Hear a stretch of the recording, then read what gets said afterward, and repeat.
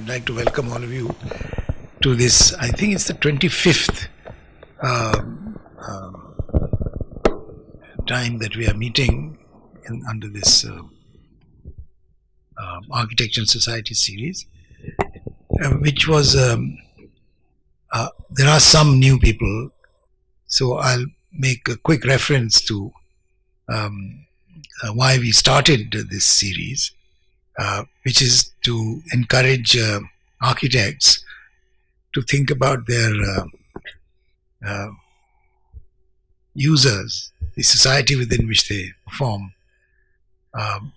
And 2 years we've been doing it every month. Today I'm very happy to present IqtedarAlam, who is teaching at the JamiaMilliaIslamia, and has, put together this very interesting, well, he and a lot of other people have put together this very interesting exhibition on the Ganga.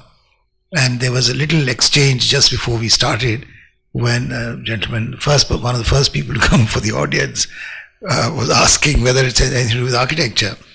And I was vigorously defending the fact that, culture emerges from architecture primarily, and therefore, but architects on the whole, like my dear friend who's going to talk about it, was also being on the defensive. So architects have become very defensive. So without more ado, I'll ask Iqtedar to, will you stand and deliver your thing? These two exhibitions that we worked on, the first one was at the Craft Museum, and the second one was at the National Museum. I'll begin with talking about the National Museum, and then would move on to the Craft Museum, and also the work that we are currently working on. So I'd like to begin by introducing the curator first. The curator of the exhibition, both the exhibitions, is Shakil Hussain. Shakil is a trained architect and urban designer. His expertise and work, professional and academic, has mainly been in the field of Indian city forms, architecture, art and crafts within the popular religio-cultural context. He has developed and curated several exhibitions and lectured on subjects such as representations, beliefs, rituals, art and architecture, ritual architecture and city forms, etc.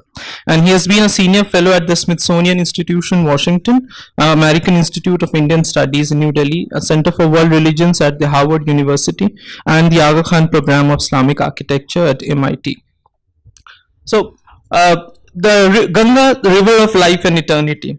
Ganga, the River of Life and Eternity, exhibited the beliefs, histories, traditions, arts and cultures of India that emanate from the river, from Ganga as a river and as a goddess.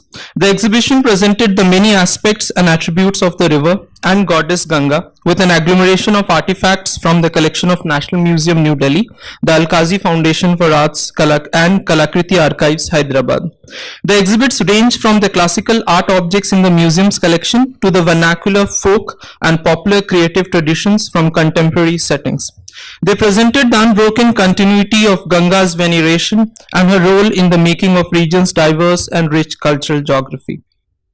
The contents spread from exquisite stone sculptures from the Gupta period to finely crafted straw and clay idols from Bengal, detailed miniature paintings from manuscripts and Mughal portfolios to large brushstroke Kalighat and Patt paintings, vernacular votive offerings to finely crafted utility items created in the karkhanas along its banks, and decorative iconographic architectural fragments and details.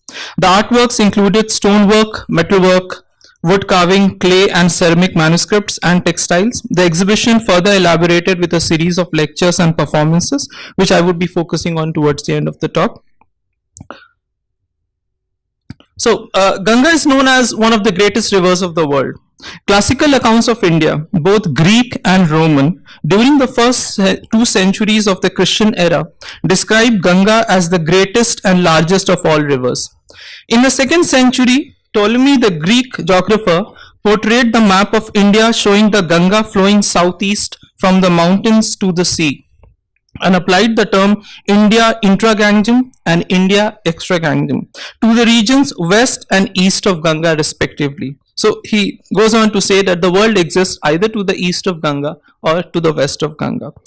This terminology was used by European geographers until the middle of the 18th century. The Italian designer Bernini, in his creation of Fountain of the Four Rivers in Piazza Navona, Rome, Italy in the year 1651, includes River Ganges as one of the four great rivers of the world. The other rivers are Danube of Europe, Nile of Africa, and Plata of South America. The male allegorical figure of Ganga in the fountain, as you can see on this screen, and we are thankful to Professor Attilio Petruccelli for sharing this photograph. The male allegorical figure of the Ganga in the fountain is the only time the river has been conceived as a male, was realized by Nicholas Posen. Otherwise, as the most revered river of the world, it is evoked by her believers as Ma Ganga or Mother Ganges. Foremost in the minds of hundreds of millions of Indians, the river is the material form of goddess Ganga. She is sacred, worshipped, and evoked in various ways along her journey from the base of Mount Kailash in the Himalayan range to Ganga Sagar in the Bay of Bengal.